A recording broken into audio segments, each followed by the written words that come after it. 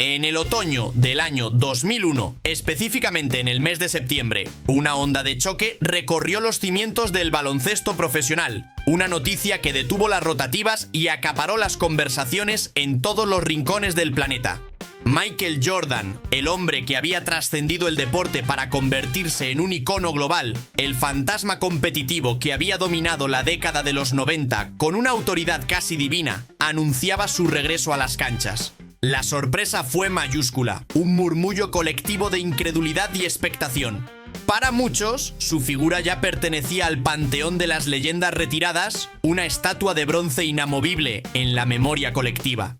Lo veían como un monarca en el exilio voluntario cuyo tiempo de gloria había pasado. Las dudas, como una plaga, se extendieron rápidamente por los análisis de los expertos y las tertulias de los aficionados. Unos argumentaban con una lógica aplastante que el paso del tiempo es un rival invicto y que su cuerpo, castigado por años de batallas épicas, no podría soportar el rigor de una nueva temporada en la élite. Otros, más agoreros, señalaban el historial de lesiones que se acumulaban en su expediente, viéndolo como un gigante con los cimientos de cristal, a punto de desmoronarse. Pero en medio de ese mar de escepticismo latía una corriente subterránea de esperanza, la creencia de que su majestad, el número 23, todavía albergaba en su interior una última sinfonía, una última lección magistral que estaba dispuesto a impartir al mundo. La temporada regular dio su pistoletazo de salida y con ella la narrativa de su retorno comenzó a escribirse, partido a partido. La euforia inicial, esa sensación embriagadora de verle de nuevo flotar sobre el parqué, fue cediendo terreno gradualmente a una verdad incómoda y palpable. Los destellos de su genio seguían ahí, intermitentes como un faro en la niebla, pero la consistencia abrumadora de antaño parecía haberse disipado. El cuerpo, esa máquina perfecta que una vez desafió las leyes de la física, ya no ejecutaba las órdenes de su mente con la misma precisión y velocidad. La frustración era visible en su rostro en algunas noches, la lucha interna de un genio atrapado en una carcasa mortal que empezaba a notar el peso de los años. Y entonces, en una noche fría y desapacible, llegó el colapso, el punto de inflexión que todos los críticos esperaban. Sucedió durante un encuentro contra los Indiana Pacers, un equipo rocoso y disciplinado. En aquel partido, la magia se esfumó por completo. Sus tiros no encontraban el aro, sus movimientos eran predecibles y su impacto en el juego fue prácticamente nulo.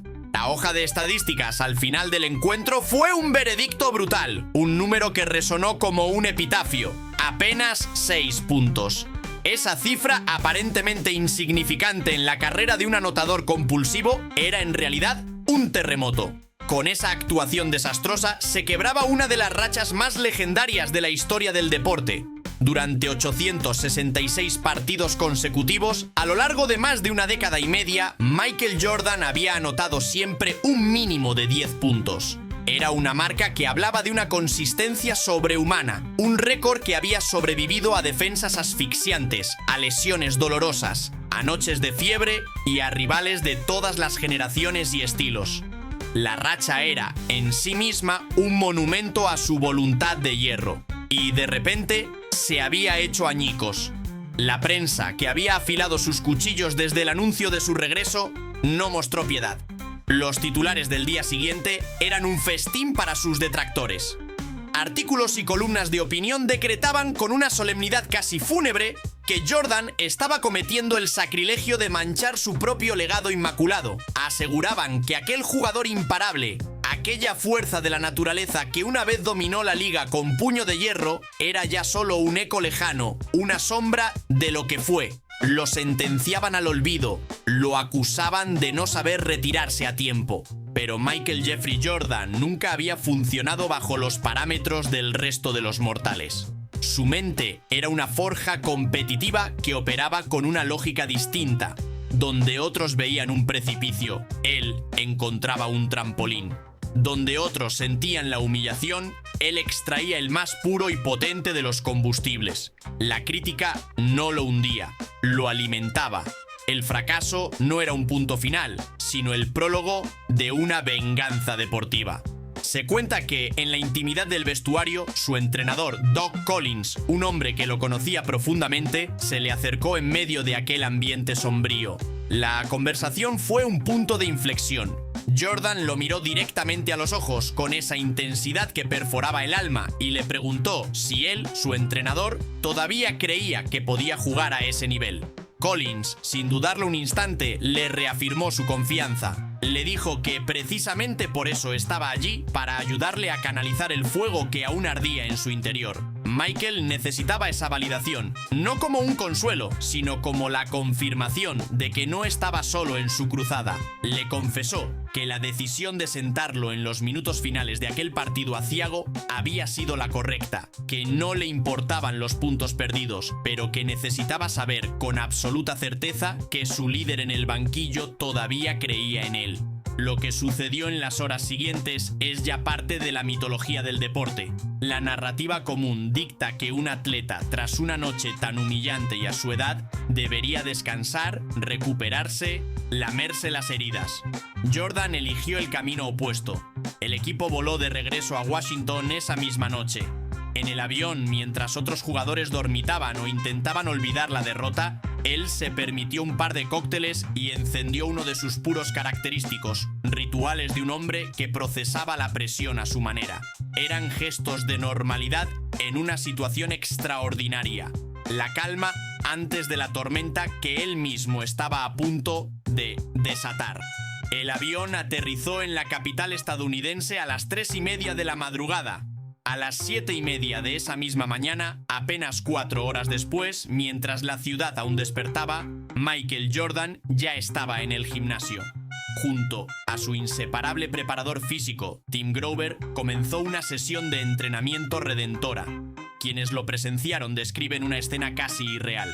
Un hombre que se acercaba a los 40 años, después de una noche para el olvido y sin apenas haber dormido, trabajaba con la furia y la precisión de un debutante que lucha por un puesto en el equipo. Repitió una y otra vez los movimientos que le habían fallado, los giros, los lanzamientos en suspensión, los pasos hacia el aro. Lo hizo sin defensores delante, en la soledad del gimnasio, luchando únicamente contra sus propios demonios y las limitaciones de su cuerpo.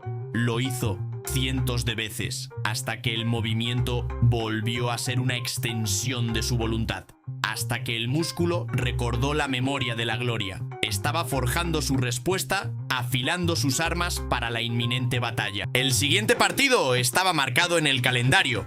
El rival no importaba, el escenario era lo de menos. Lo único que contaba era que el mundo entero estaba observando, esperando ver si el rey caído se levantaría o si aquella caída contra los Pacers había sido el golpe de gracia definitivo. Y lo que presenciaron esa noche fue una de las exhibiciones individuales más asombrosas que se recuerdan. Desde el primer segundo, Jordan jugó con una determinación salvaje, una concentración casi mística. Cada movimiento tenía un propósito, cada tiro era una declaración. Comenzaron a caer sus característicos lanzamientos en suspensión con su inimitable fadeaway, ese gesto estético y letal en el que se alejaba del defensor mientras se elevaba creando un espacio imposible. Sus penetraciones a canasta, que parecían haber perdido explosividad, volvieron a ser cuchillos afilados que rasgaban la defensa rival.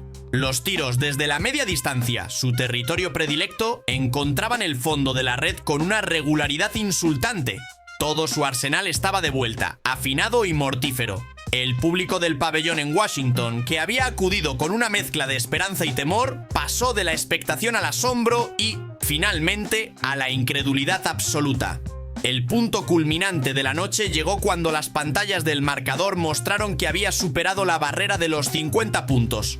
La arena explotó en un estruendo de júbilo y veneración. Nadie podía dar crédito a lo que sus ojos estaban viendo. No era un espejismo, no era un vídeo de sus mejores momentos. Era un Michael Jordan de 38 años, con las rodillas castigadas y el orgullo herido, sometiendo a un equipo de profesionales a su voluntad, recordándoles a todos por qué era considerado el más grande de todos los tiempos. Cuando sonó la bocina final, las cifras contaban una historia de redención absoluta. Había anotado un total de 51 puntos, con 21 aciertos en 38 intentos de campo, lo que representaba un extraordinario 55% de efectividad. Con esa actuación legendaria, se convirtió en el jugador de mayor edad en la historia de la NBA en anotar más de 50 puntos en un partido, un récord que era mucho más que una simple estadística. Era la prueba irrefutable de que la leyenda seguía viva y coleando. Un joven compañero de equipo, que por aquel entonces contaba con apenas 20 años, relataría tiempo después la experiencia de presenciar aquella proeza desde el banquillo. Recordaba haber pensado, mediado el partido, que su legendario compañero iba a alcanzar la 50 de puntos. Y al final del encuentro, admitió, simplemente comenzó a llorar, abrumado por la emoción y el cansancio de haber sido testigo de algo histórico. El propio Jordan más tarde admitiría el desgaste físico. Se sentía bien, fuerte, gracias al intenso trabajo de preparación que había realizado durante el verano. Un trabajo diseñado para soportar los momentos más duros de la temporada, lo que él llamaba la temporada del perro. Pero aquella noche el esfuerzo había sido titánico. Había dejado cada gramo de energía en la cancha. Sin embargo, su obra de arte aún no estaba completa. Había silenciado a la prensa y a los críticos, pero su naturaleza competitiva exigía más. Necesitaba enviar un mensaje, no solo a las masas anónimas, sino a la nueva generación de jugadores que amenazaba con ocupar su trono. Tenía que impartir una lección personal a un joven insolente que se había atrevido a desafiarlo públicamente. El siguiente partido enfrentaba a sus Wizards contra los New Jersey Nets y en sus filas militaba Kenyon Martin, uno de los jugadores jóvenes más explosivos, físicos y arrogantes de la liga. En los días previos al encuentro, Martin, en un acto de valentía o de temeridad, declaró a los medios que no sentía ningún respeto especial por el Jordan veterano, que lo defendería con dureza desde el primer minuto y que no se dejaría intimidar por su aura. Aquellas palabras fueron como echar gasolina a un incendio. Jordan no respondió a través de los micrófonos. No necesitaba hacerlo. Su réplica, como siempre, llegaría sobre el parqué y sería devastadora. Desde el salto inicial se dedicó a atormentar a Kenyon Martin. Lo atacó una y otra vez. En el poste bajo, desde el perímetro, en transición. Cada canasta era un puñal silencioso. No hubo gestos grandilocuentes. No hubo palabras de provocación. Fue una humillación metódica. Un despliegue de baloncesto puro y letal. Al final del partido, la lección había sido impartida con una claridad meridiana. Jordan había anotado 45 puntos, la mayoría de ellos bajo la supuesta defensa férrea del joven aspirante. Kenyon Martin recordaría años después aquella noche con una mezcla de frustración y admiración. Admitió que había estado demasiado orgulloso, que su único objetivo era intentar detenerlo, pero que Jordan parecía flotar, que siempre encontraba un resquicio, una ventaja, una forma de anotar. En un momento del partido, con el desenlace ya decidido, Jordan se acercó a la línea de banda y, dirigiéndose a su entrenador, le transmitió un mensaje con una sonrisa socarrona. El jugador que lo estaba defendiendo le dijo, se había quejado de que le dolía la espalda. Y él, en lugar de compadecerse, le había advertido, no me cuentes tus problemas, te haré pagar por ello. Y lo hizo.